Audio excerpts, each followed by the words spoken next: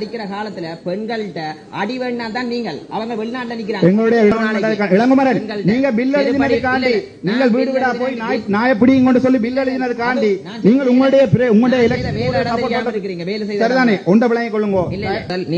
ஒழுங்கா வேலை செய்திருக்கணும். நீர் எனக்கு படிக்க MBBS அவரோட மாஸ்டர் 2 செய்திருக்கேன்.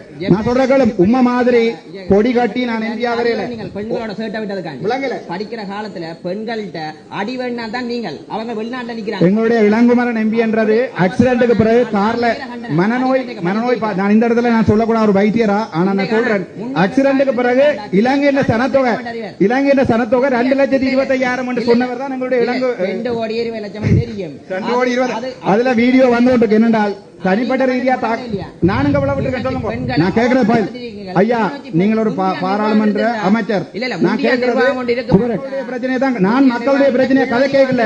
எங்களுடைய இளங்குமரனுக்கு இது கதைக்கிறதா இருந்தா நான் மக்களுடைய பிரச்சனையை மட்டும்தான் கதைக்கிறேன். மைக்கடி பாடுங்க அவங்க 2 பேரும்.